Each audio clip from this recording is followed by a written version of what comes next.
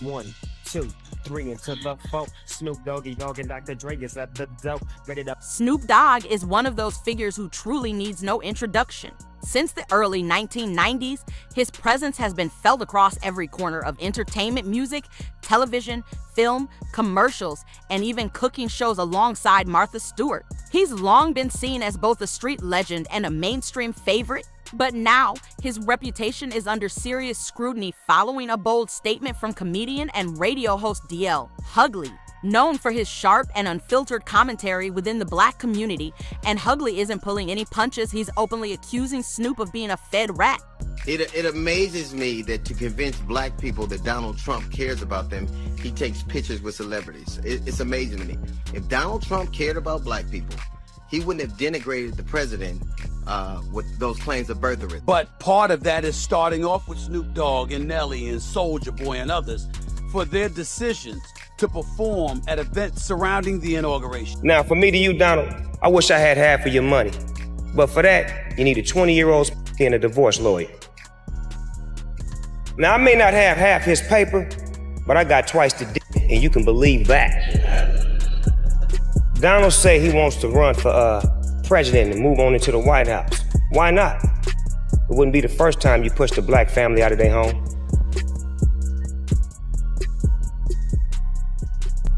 Nobody gonna perform for Donald Trump, huh?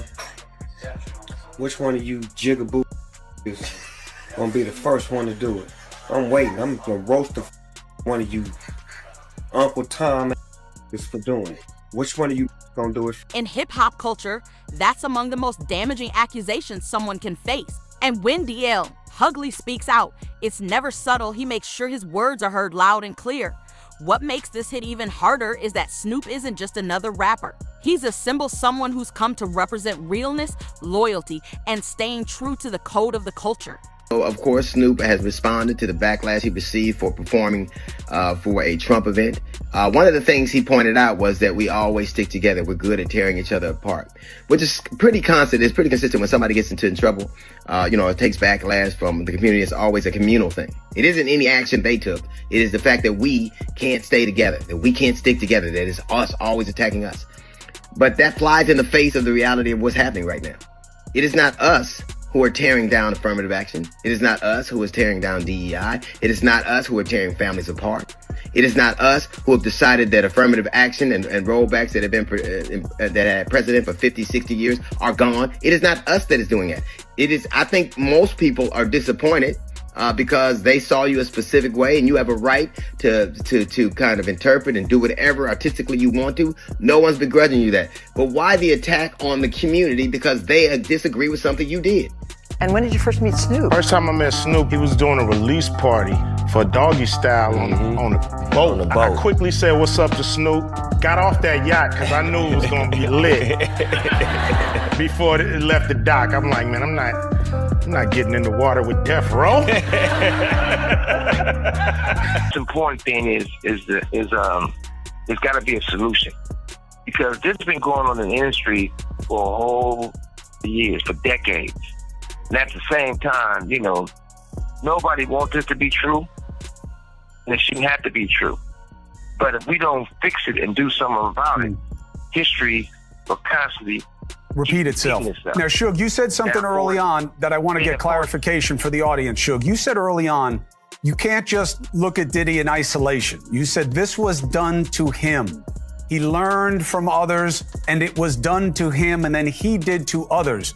To me, that sounds like what I hear when people are talking about situations, hurt people, that someone was, they wind up being a perpetrator. Is that what you're suggesting about Sean Combs, that he was used and he now uses?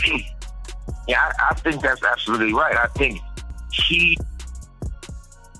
repeat what was done to him. And like I said, if you look at Russell Simmons, you know the truth. Andre Rail, you know the truth. Clyde Davis, you know the truth. Jimmy Iovine, you know the truth. So there's not certain things that all of a sudden you got this. The industry is a quick business. It's been like that for a long time. And the casting couch is real, but it's for women and men. But far from all that, I think the most important thing is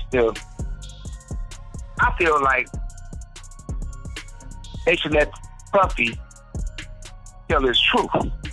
I'm quite sure he's gonna expose a lot of people. I'm sure he's gonna move forward with it. I don't think it should be a situation like the Epstein thing where they found him hanging from the ceiling or dead for the truth. And I knew that Pac did everything right by him by putting him on All Eyes on Me, speaking about him and being real with him. And if it's true what they say. This call and your telephone number will be monitored and recorded. Face to face is going to be a lot of explaining to do. Only way you have a radio if you was at the fight with us and you had a security detail. Now, I'm not having a security detail. What are you doing with the radio? But I am honored to be performing for the office, for the President of the United States, regardless. Ain't none other president asked me to perform. Name. So when Hughley calls him out, people pause. They pay attention. Because if someone like Snoop can be labeled a rat, what does that say about his legacy? Let's go back and trace how this moment unfolded. It all escalated when Snoop decided to perform at Donald Trump's crypto ball during the inauguration weekend. Man, you playing to win tonight, man. You sharp as a mosquito. Going there. That's that crypto, see? They let a real crip up in the crypto ball. Ooh. Bang, bang. Now, putting politics aside, Trump remains one of the most divisive figures in recent memory. And Snoop, he spent years publicly criticizing Trump, mocking him in interviews, satirizing him in performances, and making him the punchline in various skits. Chill. I'm not performing. I am in Washington, D.C. right now, but I'm not performing. It's a private vibe I'm doing with my brother Snoop Dogg. So, when fans saw Snoop performing at a Trump-affiliated event, many felt caught off guard. To them, it looked like a contradiction. It looked like someone abandoning their stance in exchange for a paycheck. The backlash was immediate. Twitter was filled with criticism, TikTok users made countless memes, and Instagram lit up with captions like, "Not Snoop performing for the same guy he used to roast." In response to the growing criticism, Snoop tried to explain himself. He didn't retreat. Instead, he claimed the outrage wasn't really about Trump. According to him, the real issue was how often the black community turns against its own. He suggested that instead of being recognized for securing a financial opportunity, he was being torn down by the very people he represents. That's when DL Hughley stepped in, and he didn't hold back. He strongly criticized Snoop's defense, arguing that Snoop was sidestepping responsibility. Hughley stated plainly, "Don't blame the black community for calling you out. You knew exactly what message you were sending when you got on that stage. You can't spend years talking down on Trump and then show up to perform like nothing ever happened. This isn't hate, it's hypocrisy." Then came the remark that sparked widespread debate. Hughley labeled Snoop as acting like a fed rat. In street culture, that term carries serious weight. Being called a rat suggests betrayal. It implies collaboration with the very system you claim to oppose. It suggests turning against your own people for personal benefit. For Hughley to use that term meant he didn't just see Snoop as inconsistent, he saw him as a threat, someone aligning with power structures at the cost of his own community, and that's a heavy accusation. Snoop built his career speaking on life in Long Beach, about run-ins with police, and about trying to survive in a system that often felt stacked against him. He stood for rebellion, authenticity, and gave voice to the streets. Alongside Dre and Suge, he became a defining figure of West Coast rap. And through all the highs and lows, fans believed Snoop remained genuine. So, if DL Hughley's criticism holds weight, if Snoop is truly aligning with the very forces he once criticized, it puts his legacy under serious doubt. Fans are asking tough questions. Has Snoop changed? Has he sold out? Has he become too comfortable in celebrity life and lost touch with his roots? Those questions hit hard because they challenge the core of Snoop's public image. And DL didn't hesitate to push further. He argued that Snoop can't have it both ways, claiming to support the people while also performing for someone he once labeled harmful to those very communities. Hughley suggested that Snoop was attempting to reshape the conversation, portraying the criticism as unjust hate rather than rightful accountability. That's what led Hughley to make such a strong statement, because from his viewpoint, Snoop was behaving like a rat, evasive, self-serving, and unwilling to own up to his choices. The internet caught on quickly. Memes began circulating, dubbing him Snoop the Fed. Social media threads popped up comparing Snoop's past anti-Trump interviews with footage of him smiling on stage at the crypto ball. TikTok's layered. Hughley's quotes over clips of Snoop's commercial appearances with users joking. Corporate Snoop has arrived. Fans quickly split into opposing sides. Some supported Snoop, arguing he's a businessman now. He's grown. He can move differently. Others backed Hughley, saying Snoop crossed a line. You can't publicly stand against something for years, then change course when the money shows up.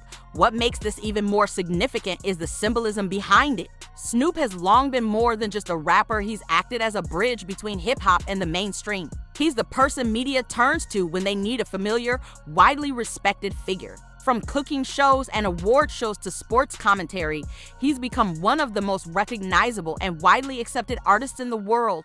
That's why the criticism hits harder.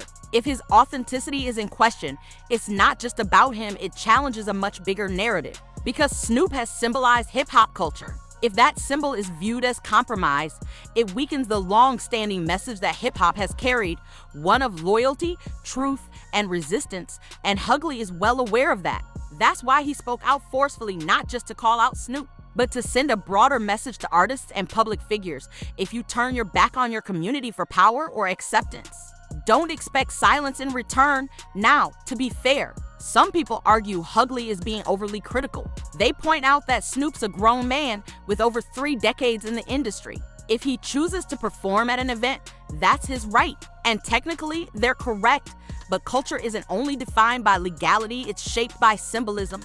And Snoop's decision sent a powerful signal. It told fans, if the money is right, I'll stand beside anyone. That's why the backlash felt so intense. Supporters defended Snoop by saying he's simply evolving, expanding his reach, and securing financial opportunities. They reminded critics that he's participated in countless mainstream ventures, from animated children's programming and video games to endorsements like Corona beer. Some say Snoop has outgrown politics, that he's now beyond all of that. But DL, Hughley's point is that no one is beyond accountability. If your entire image was built on standing against something, you can't turn around and benefit from it without acknowledging the contradiction.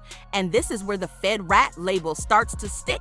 When Hughley used that phrase, he didn't mean Snoop was literally working with law enforcement. He meant Snoop was acting like someone who's changed sides, someone who once stood with the people, but now seems comfortable with those in power who have historically worked against them. In street culture, that kind of shift is seen as betrayal. That's what makes the accusation so damaging. What's most difficult for Snoop is that labels like this don't fade easily. Once people begin to see you as inauthentic or compromised, that perception lingers. They start to re-examine your past actions through a different lens. Old clips get resurfaced with new context. Future moves are met with suspicion. That's how reputations get reshaped in real time. And DL, Hughley knows how to shape a public conversation. He's not just another critic online. He's a respected comedian, a commentator, and someone who's been part of the culture for decades. When he speaks, people pay attention. So Snoop can't afford to simply ignore this. He has 2 options: double down on his decision and show he stands by it, or try to reconnect and make amends with the community. But either way, the discussion has already shifted.